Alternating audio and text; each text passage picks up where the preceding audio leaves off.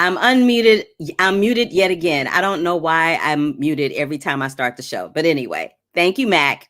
So, hi, everybody. This is your girl, Carla Renata, aka the Curvy Film Critic. Welcome and welcome back to another episode.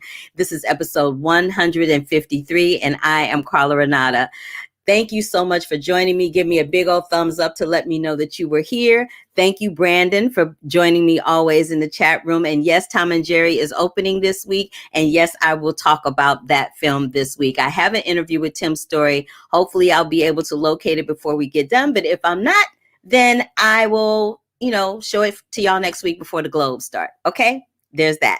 So if this is your first time joining me again, what I do here is I talk about films that are about to be released, some things that might be streaming, and I talk to and about people above and below the line in the film industry. That's what we do here. I usually start out with a little, small shop talk about what my week was like, but my week was pretty dull this week, and I have a lot of things to cover this week on the show, so I'm just gonna get rid of that little segment right there. But what I wanted to do was talk to you about the segments that I do have. So as usual, finally, we got Around the Curve back. We have the Curvy Classic that's back. The Curvy Classic this week is Fargo. We'll talk about that. I have an interview with Andra Day for sure. I have that one. She's the star of the United States versus Billie Holiday, which is streaming on Hulu. And I have a review of Cherry, which is going to be streaming on Apple TV Plus. And of course, Tom and Jerry, which will be streaming this week. Those are the reviews. And I'm going to do my picks for the Golden Globes, who I think might take home the prize. Because like I've said, every year, usually about this time of the year, the same people start to win over and over again. And you start to get a sense of who might be able to take home that Oscar, right? So that's what we're going to talk about today. We're going to talk about who we might think might be taking the Oscar after the Golden Globe, because the Golden Globe and the Critics' Choice are usually a pretty good indicator, and the SAG Awards are pretty good indicators of what's going to go down. So we will talk about that. But before we talk about all of that, let's take a trip around the curve.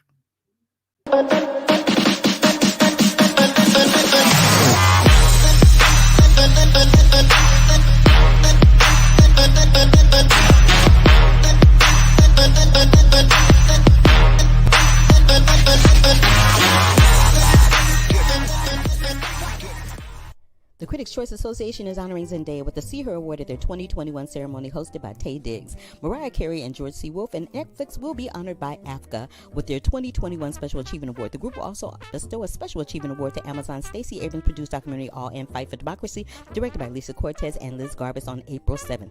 The 16th Annual Final Draft Award recipients are Aaron Sorkin, Sophia Coppola, Steve McQueen, Radha Blank, and Rami Youssef. It will air virtually on March 2nd for their projects The Trial of Chicago 7, On the Rocks, Small Axe, The 40-Year-Old Version, and Remy.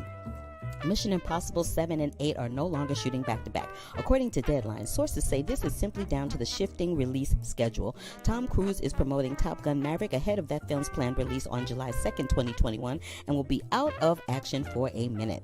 HBO documentary film's 4-part series Allen vs. Farrell from Kirby Dick, Amy Ziering, and Amy Hurdy debuts tonight. Goes behind the decades-long sensational headlines covering one of Hollywood's most notorious and public scandals, the accusation of sexual abuse against Woody Allen, the revelation of Allen's relationship with Farrell's daughter Soon-Yi, and the controversial aftermath in the years that followed.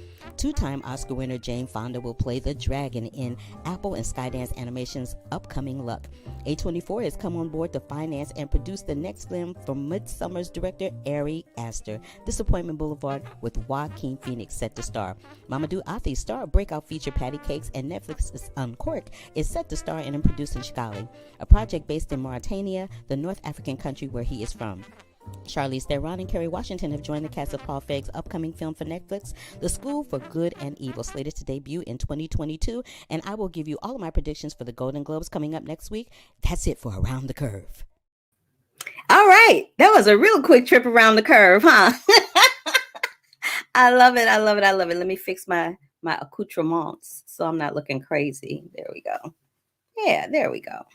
Well, I think we'll get it together on a break. So that was a trip around the curve. Michael B asked me, he's like, look, he says, is there anything to show? Is there anything for them to have any awards for? Yes, there's been a lot of movies streaming, like a ton of them. So yes, yes, yes, there are a ton of awards, and we're going to talk about them. And you are actually going to gag when I go through all of them. But before I get to that, let me do these two reviews that I have for you. The first one is on a film called Cherry. It will be streaming on Apple TV Plus. It's based on a book by Nico Walker. It's directed by the Russo brothers, Joe and Anthony Russo, who are known for their Marvel Universe films and Community, which was on NBC for years and years and years. Akilla Wood was the casting director for it. And this is a far cry from the Marvel Universe, you guys. Far, far cry from the Marvel Universe. Tom Holland and Sierra Bravo are spectacular in this film. Jeff Wahlberg plays Jimenez, and Michael Gandolfini plays Cousin Joe. This is a really wild coming of age story. Tom Holland and Sierra's characters meet when they're young. They get married. He goes off to war. He comes back. And as a result of that, he ends up getting a opioid addiction, right? Not only does he start getting an opioid addiction, but then he hooks his girl up onto it. And it's the special effects in this are crazy.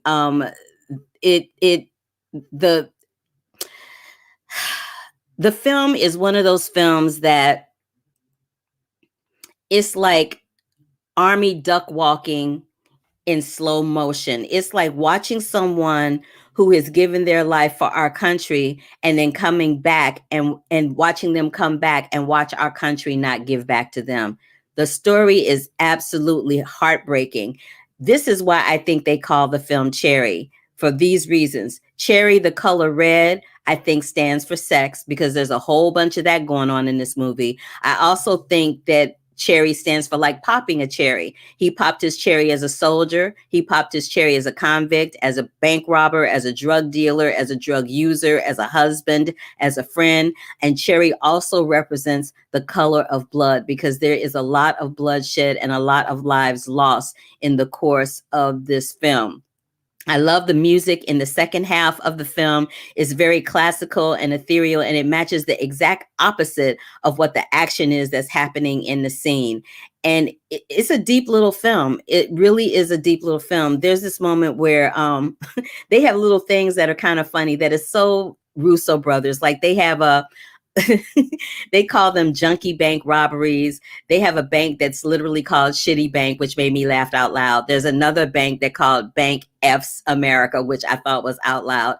And there's this scene where Emily ODs on heroin, and her mother tells what's his name? Tom Holland's character, she tells him to be a man and walk away. And then he goes right out to the parking lot and gets high and stabs himself in the leg with a needle. That is what you're dealing with when you're dealing with Cherry. But I promise you, it is a really good film. It's a film that I didn't know I wanted to see until I saw it.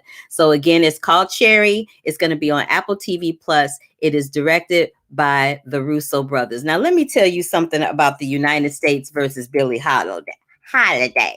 Let me tell y'all a little something about this film right here. This film is not, if you think you're going to watch this and you're going to see Lady Sings the Blues or some other version of Lady Sings the Blues, that is not what this is. Lady Sings the Blues is my all-time favorite movie for Diana Ross and Berry Gordy directing it. Like it's just a classic. Richard Pryor. I mean, you just can't go wrong with Lady Sings the Blues. But we find out through the United States versus Billie Holiday that what we saw in Lady Sings the Blues isn't true. It isn't real.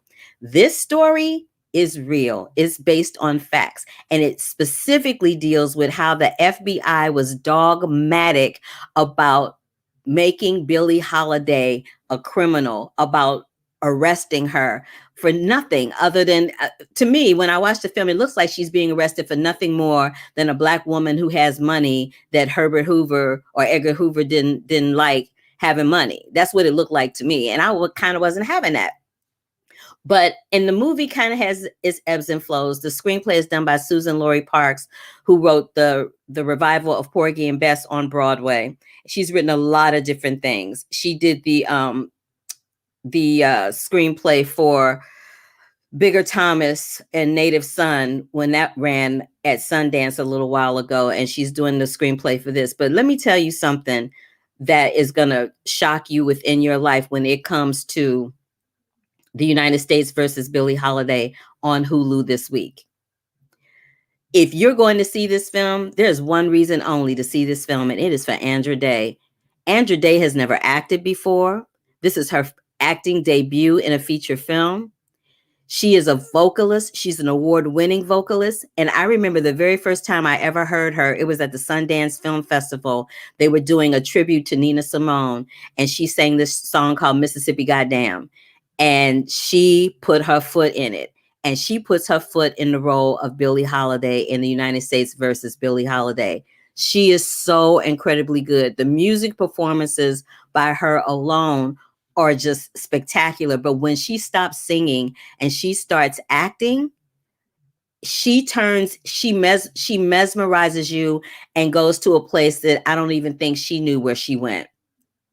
It was spectacular. It's directed by Lee Daniels. You know that name from Empire. You know that name from The Butler. You know that name from Star. You know that name from a zillion different projects. But this time he is directing Andra Day and Billie Holiday. So I sat down during a critics roundtable and I spoke to her about what her favorite scene in the movie was. What was her favorite thing that she really liked shooting that gave her joy.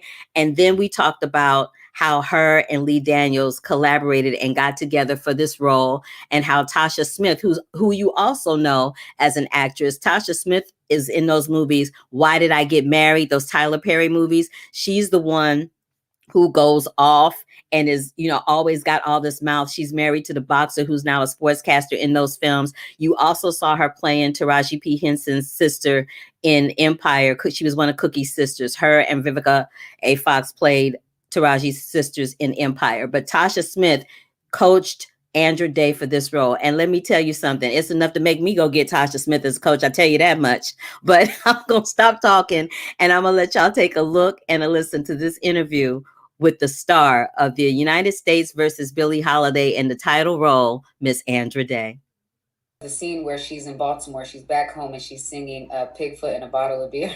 And I love the idea of Billie Holiday crowd surfing. So for me, I love that. And it made me feel like we had something special because I hate to call them extras, but our cast, this smaller role cast, were all so committed and were so involved. And I was lost in that moment. And to me, that was her moment of just her at home and human Billie. I want to see activist Billie. I want to see traumatized Billie. I want to see victorious Billie. I want to see human, fun-loving Billie as well too. And so that was really, really special to me.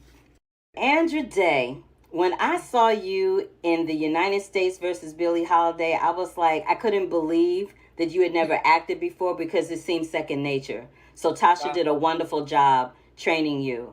Yes. For this role, you put your foot in it for real. Thank you so much. I appreciate that. Oh, it's the truth. Having said that, what was the conversation like when Lee Daniels called you up and said, "So, Andra, I'm thinking about doing this movie and I want you to play Billie Holiday," and you were like, "Huh?" Right. So let me actually even run that back and correct it, because he did not hit me up and say that and did it. As a matter of fact, Lee and I were forced on each other by our managers. And that first conversation, it's so funny because I think that's probably why we enjoyed the conversation so much, because neither of us thought we should be there. We was like, okay, let's eat these hors d'oeuvres and we'll be out. You know what I mean? Because I was like, I don't want to do it. He was like, great, I don't want you to do it. I was like, perfect. It's so it was one of those things. But we met and we spoke, and I guess he was taken by the fact that I didn't want to do the movie. I was like, what's wrong with you? He was like, you didn't want it. And that was great. I was like, oh, okay. But I think it's because he says, what I hear in these interviews is he says that he saw someone who didn't want to do the role and didn't really care about not care about getting into it. I cared more about Billie than I did about me playing Billie Holiday. And I just, in my head, I just knew, I said, if I actually do this role, it will be probably one of the worst performances ever. I will be a stain on the legacy of Billie Holiday. And I just knew that's how it was going to go, you know? And so, but we connected over our insecurities. We had this mutual fear that both of us had to get over. And I saw his desire and his desire to tell her story authentically. You know, he was so moved once he discovered he didn't know all of this about her life, and he was moved to the point of almost just, he was indignant, you know. And so he connected me to Tasha Smith, who became my acting coach, and to prepare me for the audition. And I guess she sent a clip of me rehearsing or practicing what we were going over, so I didn't know I was being filmed. So she recorded it and she sent it to him, and he said he knew from that moment on. He said, I feel like God entered the room and I knew from that moment on it was supposed to be you. For me, I was not convinced still. Even when he told me I got the role, I was like, did you look at every actress for this? But it was really, for me, it was a prayer. It was actually, I consider myself, I like to consider myself a deeply spiritual person. And I was reading and realized that this might be a moment where I'm called to do an act of great faith. And that was it for me, the idea of vindicating her legacy and his authenticity. It was that perfect storm that made me go, okay, let's jump into it. Let's dive in, you know. Baby, you were born to play this role, straight up. Thank you. That's a blessing. You were born to play that role. You know that, and you believe that, and you walk in that truth. Okay. Absolutely. Thank you. Mm-hmm. So I get it, Michael B. You say that The Lady Sings the Blues shook you up, and that you didn't want to go there again. This one's going to shake you up too, but it's going to shake you up in a different kind of way, and it's going to give you a different kind of mindset when you watch it. But you really need to check it out, if nothing else, to see Andra Day. Yes, Brandon, there are a ton of animated projects coming out. Thank you for reminding me about that. So yes, and Raya and the Last Dragon, that's coming out as well. So yes, all of those projects are coming out. Thank you, Andra Day, for your time. Thank you, Hulu, for arranging those roundtables for us journalists so that we have an opportunity to speak with your wonderful talent on projects like The United States versus Billie Holiday, which starts streaming this week. Now, y'all, I couldn't find the interview and this is why I couldn't find the interview. I couldn't find the interview with Tim Story because I switched computers this week. So I think it's on the other computer, which is downstairs, which is why I couldn't find it. And the external hard drive is up here. So I'll have it for y'all, but I'm going to talk about the movie anyway. So Tim Story, when I was over at Black Hollywood Live about 2 years ago, he came over and he talked to me then about Shaft. He was doing the movie Shaft. And he came over and he talked to me about that. And we had a nice little discussion about it. And I said, what are you working on next? And he said, I'm working on Tom and Jerry. I'm like, oh my goodness. I love Tom and Jerry. That was my jam when I was a kid. He said, it was my jam too. I'm so excited to do this project. I'm like, please, please, please promise me that you will come back and talk to me when you finish that project. And he kept his word and he did that. And we had a nice little nostalgic conversation about Tom and Jerry. But let me tell y'all, this Tom and Jerry is it's a live action animated version of it. And Chloe Grace Moretz is in it. She plays this young girl who's kind of like down on her luck. She loses her job. She's trying to figure out what to do. And every day she goes to this hotel to kind of grab some food for free. If you've lived in New York and you've been poor or you've been anywhere and stuff was a little funny, you've done that. You've gone into a grocery store and had a couple of snacks or two while you were shopping, and you've done it in New York when you went by a little, cart or whatever with some fruit and while you were shopping and grabbed a little something. So that's what she does, which is pure comedy to me. And then she ends up sitting in the lobby and she meets this young lady who's there to apply for a management position. She scares the girl off. She goes to apply for the management position and takes her resume and pretends to be her. Needless to say, shenanigans ensue. What I love about what Tim Story did with this particular Tom and Jerry is that he kept it true to the original cartoon. If Tom and Jerry had started talking, I was going to have an attitude. I really was, because the thing that made the Tom and Jerry cartoons special and what made them a lot of fun to watch was the fact that they never talked. You could totally turn the sound down and get everything that was being conveyed. The same thing goes for this movie. You could totally turn the sound down on this film and completely enjoy the film exactly the same, if not more, than when you turn the volume up. It was so much fun to watch. It was so much fun to watch. And I got to tell y'all, with us being in COVID and pandemic mode for the last year, it was nice to just watch something and turn my brain off and laugh. And just laugh and be entertained by something that has been entertaining me my whole life, especially when I was a child. Tom and Jerry is produced by Warner Brothers Pictures, their animated division. You guys are going to absolutely love it. Check your listings to see where it is streaming. I think it's going to be on video demand is what's going to happen. You'll be able to stream it by video demand, but I will let you know. Please check my social media throughout the week and I'll let you know. But man, I had the best time watching this movie. It was so, so much fun. And Snoopy premiered, I think, this week on Apple TV Plus, which was, again, so much fun because Snoopy is another animated person who doesn't talk, but he's freaking hilarious. So this week when I wasn't feeling it, or I didn't want to write, or I didn't want to talk, or I just didn't want to be bothered, HBO Max. That's right. So, thank you. Tom and Jerry will be on HBO Max.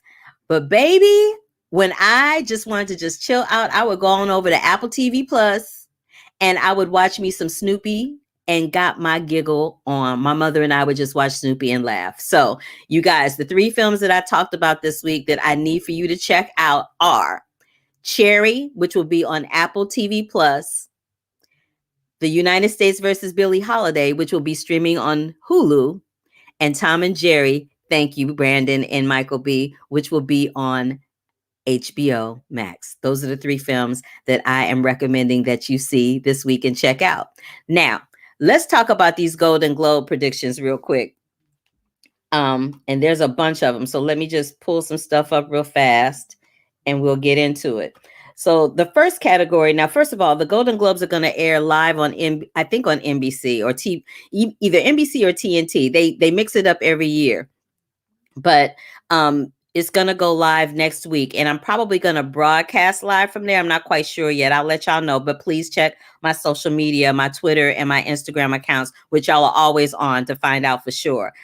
So these are the categories that I'm going to go through, and I'm mostly going to hit the motion picture categories because I don't review TV here, as I've said a zillion times, because I am on a TV show. I am on Superstore. I play Janet. We are in our 6th season. The series comes to the series finale will air, I think, on March 5th. I might be wrong about that, but I think it's March 5th. So you can catch all 5 to 6 seasons streaming right now on Peacock TV of Superstore. Now, having said that, let's get into these predictions. So for Best Motion Picture Drama, we got The Father, we got Mank, we got Nomadland, Promising Young Woman, and The Trial of the Chicago 7. Now, let's just start with, of all of these films, I love all of them. Like, there's not one in the bunch that I think is weak, but I think the one that I would like to see take home the Golden Globe would be Promising Young Woman. Was probably going to take home the Golden Globe is probably going to be either Nomadland, Mank, or The Father. But personally, I would like to see Promising Young Woman take Best Motion Picture because I had never seen anything like that before in my life when it came on. So that's my prediction for that one. Best Performance by an Actress in a Motion Picture Drama. The nominees are Viola Davis for Ma Rainey's Black Bottom, Andrew Day for The United States versus Billie Holiday, Vanessa Kirby for Pieces of a Woman, Frances McDormand for Nomadland, and Carey Mulligan for Promising Young Woman. So far, thus far, Carey Mulligan and Frances McDormand have kind of been like this, neck and neck, with the local Film Critics Awards. Sometimes Frances will win, sometimes Carey will win. Andra Day has been a late addition into this race, but Viola Davis has picked up a couple of awards here and there too. We all know that Viola Davis is an awards darling, and she does a fantastic job as Ma Rainey in Ma Rainey's Black Bottom. But if I had to pick somebody that was going to take home this award, the person that I think should win is between Andra Day and Vanessa Kirby. The person that I think is going to win is probably either going to be Frances McDormand or Carey Mulligan. You see, I have like a theme here with Carey Mulligan. I kind of love me some Carey Mulligan. So those are my predictions for that category. Best performance by an actor in a motion picture drama are Riz Ahmed for Sound of Metal, Chadwick Boseman for Ma Rainey's Black Bottom, Anthony Hopkins for The Father, Gary Oldman for Mank, Tahar Rahim in The Mauritanian. Tahar Rahim in The Mauritanian is a late addition into the race, but he was freaking awesome, y'all. I talked about that film here a couple of weeks ago. He is freaking crazy good in this movie. He's so good. I liked Gary Oldman in Mank, but I wasn't overwhelmed by Gary Oldman in Mank. Anthony Hopkins in The Father is giving, I think, a career best performance. Riz Ahmed, you guys have heard me talk about him on this show ad nauseum. I think he does a great job, but I think you can't fight against a ghost. And I'm thinking Chadwick Boseman is probably going to be the winner in that category, but I would be happy with any of these men taking home the statue that night. Best motion picture, musical or comedy comes down to Borat, subsequent movie film, Hamilton, music, Palm Springs, and The Prom. I love The Prom. I love Palm Springs. I haven't seen music yet, so I can't weigh in on music, but music is getting lots of mixed reviews. I love Hamilton. You guys know that. Borat, subsequent movie film, I thought was hysterical in like the best way possible. It seems to be an awards darling thus far, but Hamilton is an awards darling. It has swept almost everything it's ever been nominated for, regardless of what medium it is nominated in. So I would venture to say that Hamilton may possibly walk away with that, since the category is called musical or comedy. And so I'm thinking it's probably either going to be Hamilton or Borat. Music might be the surprise winner, and Palm Springs might be the surprise winner because a lot of people had issues with The Prom. Best performance by an actress in a motion picture, musical, or comedy, Maria Bakalova for Borat's subsequent movie film, Kate Hudson for music, Michelle Pfeiffer in French Exit, Rosamund Pike in I Care a Lot, and Anya Taylor-Joy for Emma. Y'all know I love my Jane Austen flicks, so I'm kind of rooting for Anya Taylor-Joy and Emma. But if I had to pick a winner in this category, I say it's between Michelle Pfeiffer and Maria Bakalova in Borat subsequent movie film, and Michelle Pfeiffer for French Exit, because she's slaying it all day, every day. Best performance by an actor in a motion picture, musical, or comedy, Sacha Baron Cohen for Borat subsequent movie film, James Corden for The Prom, Lin-Manuel Miranda for Hamilton, Dev Patel in The Personal History of David Copperfield, and Andy Samberg for Palm Springs.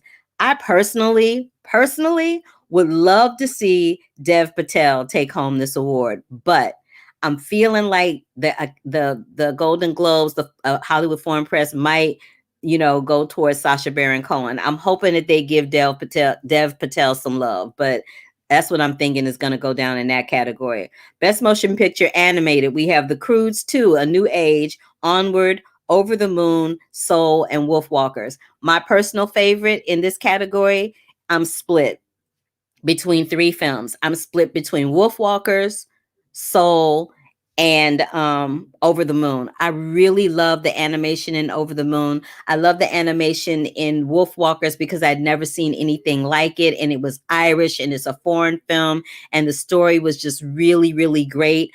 Onward, I didn't like that much. I got what they were going for, but I was like, meh. And The Croods, I got what they were going for, but again, I was kind of like, I don't know. So I'm thinking it's going to be between those three. Over the Moon, Soul, and Wolfwalkers are going to walk away with the statue.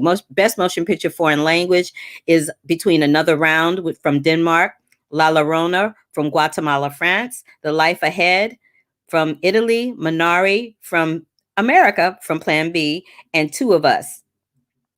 I personally would love to see Minari walk away from this. I would love to see Minari do this year what Parasite did last year, because Minari, I had never seen a movie like that. I've never in my life seen a movie like that. And it was a great story, and the acting was stellar. The cinematography was great. The way that they infused the music to tell the story was really wonderful. I just love it. I know that the Denmark film Another Round is getting a lot of love, and I know The Life Ahead is getting a lot of love because Sophia Loren, and I know that Two of Us is getting a lot of love. But my personal favorite, I've already said it, is Minari. Best performance by an actress in a supporting role in any motion picture: Glenn Close for Hillbilly Elegy, Olivia Colman for The Father, Jodie Foster for The Mauritanian, Amanda Seyfried for Mank, and Helena Zengel for News of the World. Personally, I would really kind of love to see Helena Zengel win this award, because what she does in News of the World is she's holding her own against a grown man. She's playing opposite Tom Hanks, and she's like just holding it down. She is holding that movie down, very much like Tatum O'Neal did with Paper Moon, very much like Jodie Foster did with The Taxi Driver back in the day. So, but I also kind of love Jodie Foster in The Mauritanian, and I love that Glenn Close in Hillbilly Elegy is doing something that we've never seen somebody do. And I hear great, great, great things about Olivia Colman in The Father. So I think this is a toss-up category, but I would love to see Helena Zengel win that award. Best performance by an actor in a supporting role in any motion picture: Sacha Baron Cohen, again, for The Trial of the Chicago 7, Daniel Kaluuya for Judas and the Black Messiah, Jared Leto for The Little Things, Bill Murray for On the Rocks, and Leslie Odom Jr. for One Night in Miami. Leslie Odom Jr. is my friend, my peer, and my constituent, and I love him dearly. Nothing would make me happier than to see him walk home with a Golden Globe as Sam Cooke in One Night in Miami. But I'm kind of feeling like Daniel Kaluuya got this one on lockdown. If y'all have not seen him in Judas and the Black Messiah, you're missing something. I'm just saying. And who knows? It might be a tie. I'm just going to say that. I'm going to put it out there. I'm hoping it's going to be a tie between Daniel Kaluuya and Leslie Odom Jr. That's what we're going to hope for. Director, best director for motion picture: Emerald Fennell for Promising Young Woman, David Fincher for Mank, Aaron Sorkin for The Trial of the Chicago 7, Chloe Zhao for Nomadland. Chloe Zhao has been cleaning up in this category all over the place for Nomadland. So it's, oh, and I forgot Regina King for One Night in Miami. But Chloe Zhao has been like sweeping up the competition in this category across the board. Who I would love to see win in this category, two people I would love to see win or tie. I would love to see Emerald Fennell win for Promising Young Woman, and or Regina King win for One Night in Miami. If Emerald Fennell looks familiar to you, if you've been watching The Crown on Netflix, she plays Camilla in The Crown. Yeah, it took me a minute to peep that too. So I'm like, okay, not only is she like a ridiculously fierce actress, but she can direct her booty off too. I'm gonna need for somebody to award that. That's what I'm gonna need to have happen. I'm just gonna need for that to happen. So my prediction is it's gonna be a tie between One Night in Miami's Regina King and Promising Young Woman's Emerald Fennell. But like I said, thus far, the awards have been going to Chloe Zhao for Nomadland. Best Screenplay Motion Picture, again, Emerald Fennell for Promising Young Woman, Jack Fincher for Mank, Aaron Sorkin for The Trial of the Chicago 7, Christopher Hampton and Florian Zeller for The Father, and Chloe Zhao for Nomadland. Again, Nomadland has been sweeping in this category as well. I would love to see Aaron Sorkin or Emerald Fennell walk away with that award, and hopefully there'll be a tie in that category too. I know I'm talking ties all over the place. Original Score Motion Picture, Alexandra Desplat for The Midnight Sky, Ludwig Göransson for Tenet, James Newton Howard, News of the World, Trent Reznor and Atticus Ross both did the scores for Mank and Soul. The only difference is they added John Batiste on Soul.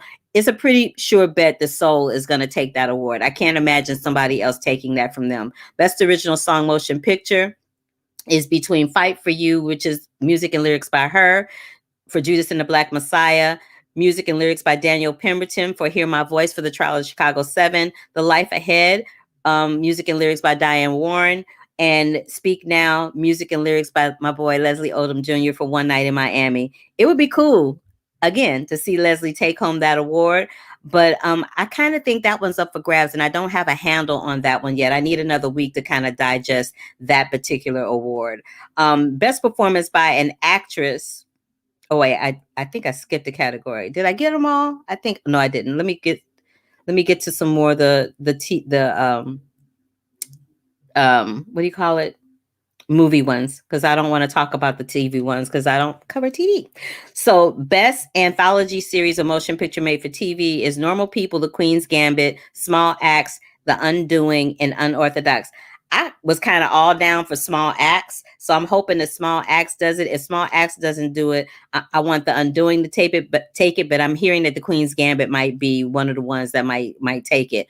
Best performance by an actress in an anthology series and/or motion picture made for TV: Cate Blanchett for Mrs. America, Daisy Edgar Jones for Normal People, Shira Haas for Unorthodox, Nicole Kidman in The Undoing, and Anna Taylor-Joy for The Queen's Gambit. I think this is between Nicole Kidman and Anna Taylor-Joy. Best performance by an actor in an anthology series or motion picture made for TV: Bryan Cranston for Your Honor, Jeff Daniels for The Comey Rule, Hugh Grant for The Undoing, Ethan Hawke for Good Lord Bird, and Mark Ruffalo for I Know This Much Is True. In my opinion, Hugh Grant worked his booty off for this one. I would love to see him walk away with that one, either him or Ethan Hawke are my picks for that category. Best performance by an act. Oh no, I don't want to talk about that category either. And I think that's it. I think I covered everything. So those are my predictions for the Golden Globes, you guys. I hope that you have some predictions and that you're gonna have your own little checklist when we see each other next week. All right. So let me get into my Curvy classic. We've been talking so much about Frances McDormand this particular award season that, of course, I wanted my Curvy classic this week to be Fargo. Fargo was the film that she won her first Academy Award for, and it's the film that most people recognize her for. It was a critical favorite at the moment that it came out. It took home 2 Oscars in 1997, one for the Coen brothers for Best Original Screenplay and another one for Frances McDormand in her role portrayal of Marge Gunderson. However, Fargo did win the 2 big awards. They lost to Elaine Benes, the least favorite movie, The English Patient. The World War II romance epic won a whopping 9 Oscars that night, including Best Picture and Best Director. But Fargo killed at the box office. It made $60 million at the box office, which nobody thought that was going to happen. So I'm like, woohoo, they got a nice little percentage return. Steve Buscemi's word count in this film is a running joke. So throughout the entire movie, his character has just 16 lines of dialogue. Gare Grimsrod, Gare Grimsrod's character has 16 lines of dialogue in Fargo. By comparison, his chatty accomplice played by Buscemi, Carl Showalter, has more than 150. This turns up the fact that they have this running joke on a word count. This particular joke shows up time and time again in Coen's brothers' projects. It shows up as a joke in The Big Lebowski, where Buscemi's character Danny is constantly being told to shut the F up, which I personally thought was pretty hilarious. Now, this is something that I found out that I didn't know that I thought was really cool. So Fargo was almost a TV show back in 1997. It's a TV show now, but it was almost a TV show back in 1997 when the film came out. It was going to be directed by Oscar winner Kathy Bates, and it was going to star a pre-Sopranos Edie Falco in the role that what's her name? Frances McDormand did in the movie. So I'm like, oh, wow. It was passed on by all the major networks. It finally aired on a short-lived cable network called Trio in 2003 as part of its brilliant but canceled programming series. I thought that was hilarious. Now, this is something else that I thought was pretty cool, too. Rumors that a Japanese woman died pursuing buried ransom money led to a sort of Fargo spinoff. So this is what happened.